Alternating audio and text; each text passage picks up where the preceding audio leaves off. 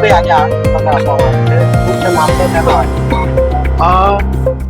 12મા મહિનાની 25 તારીખે શરૂ કરવામાં આવેલી સિટી બસ 68-63 દિવસની અંદર જ આજે જ્યારે બંધ થઈ ગઈ એને અમે નડિયાદ મહાનગરપાલિકા મ્યુનિસિપલ કમિશનર સાહેબને રજૂઆત કરવા આવ્યા છે કે પ્રજાના હિતમાં જે સિટી બસ સેવા બંધ થઈ ગઈ છે તે તાત્કાલિક શરૂ કરવામાં આવે.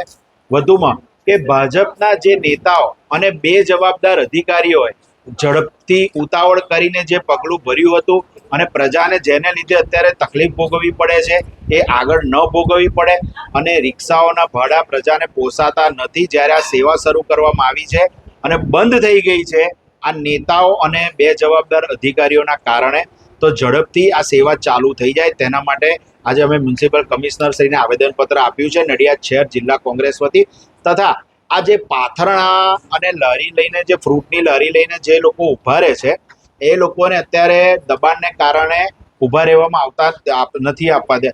ટ્રાફિકની સમસ્યાને કારણે જે નડિયાદ મ્યુનિસિપલ કમિશનરે જે પગલું લીધું છે તેને અમે આવકારીએ છીએ, પરંતુ વૈકલ્પિક વ્યવસ્થા એટલે કે ધારો કે અત્યારે 17 મહિના માટે વૈશાલી ગરનાળું બંધ છે, ત્યાં આગળ 10-12 લારી, વિઠ્ઠલ કન્યા વિદ્યાલયવાળા રોડ ઉપર 10-12 લારી, સંતરામ નિલયમ કોમ્પ્લેક્સમાં હાલમાં એટલી દુકાનો નથી કે જેટલા ભાડુઆ તો એમનો વ્હીકલો બધું મૂકી શકે. 50%થી ઉપર જગ્યા ખાલી પડે ત્યાં એમને 5-7 લારી વૈકલ્પિક વ્યવસ્થા ઊભી કરવામાં આવે, પાથરણાવાળા બેસાડવામાં આવે, એમની પાસેથી ભાડું લેવામાં આવે અને તે લોકો જોડે જે રીતે અત્યારે દુકાનોવાળા જે સંલગ્ન કરી અને પ્રશ્નનું નિરાકરણ લાવવામાં આવે છે તે જ રીતે લારી અને પાથરણાવાળા જોડે ચર્ચા કરી અને આ પ્રશ્નનું નિરાકરણ લાવવામાં આવે તે અનુસંધાનમાં આજે નડિયાદ શહેર જિલ્લા કોંગ્રેસ વતી બંને મુદ્દા ઉપર આવેદનપત્ર આપવામાં આવ્યું છે. હાર્દિકભાઈ, જે આ સિટી બસો બંધ થઈ એની પાછળનું કારણ તમે જાણો છો કે નંબર પ્લેટ નથી. એના અહેવાલ જયારે અમે કરતા હોય એટલા કારણથી આ લોકોએ બંધ કરી.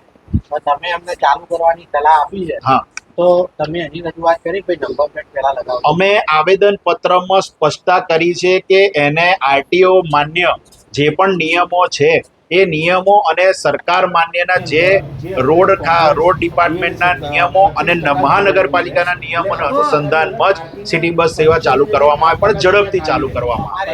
રજૂઆત થઈ, ચર્ચા થઈ કે અત્યાર સુધી નંબર પ્લેટ કેમ નહીં લગાવી? ના, એવી અત્યારે આખું ગામ તમારા અહેવાલ પછી આખું ગામ જાણે છે કે બેદરકાર અધિકારીઓ અને નડિયાદના ભાજપના નેતાઓએ ખૂબ ઉતાવળ કરીને આ પગલું ભરેલું હતું, જેની ભૂલ અત્યારે પ્રજાના માથા ઉપર આવી રહી છે. એટલે કમિશનર સાહેબ જાણે છે અને તેમણે ઝડપથી આ પ્રશ્નનો ઉકેલ આવે તેના માટે એમણે અમને ખાતરી આપેલી છે.